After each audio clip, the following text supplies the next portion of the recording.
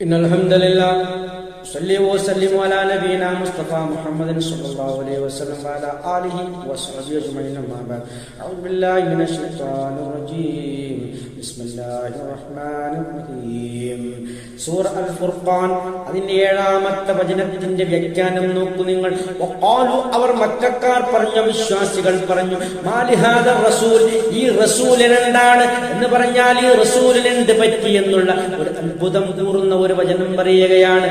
യഅകുലു തആമ, അദ്ദേഹം ഭക്ഷണം കഴിക്കുന്നു, യംശി ഫിൽ അസ്വാഖ്, അങ്ങാടിയിൽ കൂടി നടന്നു പോകുന്നു. നോക്കൂ നിങ്ങൾ, അവരുടെ സങ്കല്പത്തിലുള്ള റസൂലല്ല, അവരുടെ സങ്കല്പത്തിലുള്ള റസൂൽ മാനുഷികനാണ്. അങ്ങനെയുള്ള ഒരു അമാനുഷിക വ്യക്തിയാണ് ഈ റസൂലായി വരേണ്ടത്. നമ്മെ പോലെയുള്ള ഒരു മനുഷ്യൻ എങ്ങനെയാണ് റസൂലായി മാറുക എന്നുള്ള അത്ഭുതം കൂറുകയാണ്. അതാണ് അവിടെ വചനങ്ങൾ തെളിയിക്കുന്നത്.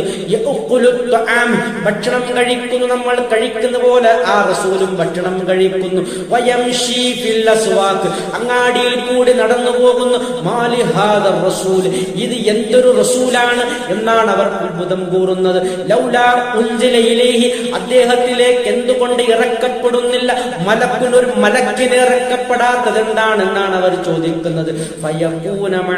എന്നിട്ട് അദ്ദേഹത്തിന്റെ കൂടെ ആകുന്നതിന് നദീർ എന്നൊരു താക്കീതുകാരനായി, അദ്ദേഹത്തിന്റെ കൂടെ ഒരു താക്കീതുകാരനായി എന്തുകൊണ്ടൊരു മലക്കിനെ ഇറക്കപ്പെടുന്നില്ല എന്നാണ് അവർ ചോദിക്കുന്നത്. ഈ രൂപത്തിലുള്ള ഒരു അത്ഭുത മനുഷ്യനെയാണ് അവർ പ്രതീക്ഷിക്കുന്നത്, അല്ലാതെ നമ്മെ പോലെയുള്ള ഒരു സാധാരണ മനുഷ്യനെയല്ല. അതാണ് സൂറ കഹ്ഫിന്റെ അവസാന ഭാഗം അല്ലാഹു സുബ്ഹാനഹു വ തആല വിശദീകരിക്കുന്നത്. ഖുൽ ഇന്നമാ അന ബശറും മിസ്ലുക്കും, ഞാൻ നിങ്ങളെ പോലെയുള്ള ഒരു മനുഷ്യനാണെന്ന് പറഞ്ഞാൽ അതിനർത്ഥം സാധാരണ മനുഷ്യനാണ്, റസൂൽ എന്നല്ല. ആ റസൂലിന് ഒരുപാട് പ്രത്യേകതകളുണ്ട്.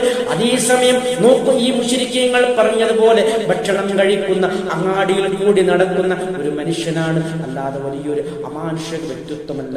അദ്ദേഹത്തിന്റെ കൂടെ മലക്ക് ഇറങ്ങിയിട്ടുമില്ല. ഇതൊക്കെയാണ് അല്ലാഹു സുബ്ഹാനഹു വ തആല കൃത്യമായി പഠിപ്പിച്ചിരുന്നത്. നിങ്ങളുടെ സങ്കല്പത്തിനനുസൃതമായിട്ടല്ല അള്ളാഹു കാര്യങ്ങൾ തീരുമാനിക്കുന്നത്. അവന്റെ ഇച്ഛപ്രകാരം അവൻ കാര്യങ്ങൾ തീരുമാനിക്കും, അതനുസൃതമായി മുന്നോട്ട് പോകും എന്നൊക്കെയാണ് ഈ വചനത്തിൽ കൂടി ഗണ്ഡിതമായി നമുക്ക് പഠിപ്പിച്ചു തരുന്നത്. അൽഹംദുലില്ലാഹി റബ്ബിൽ ആലമീൻ.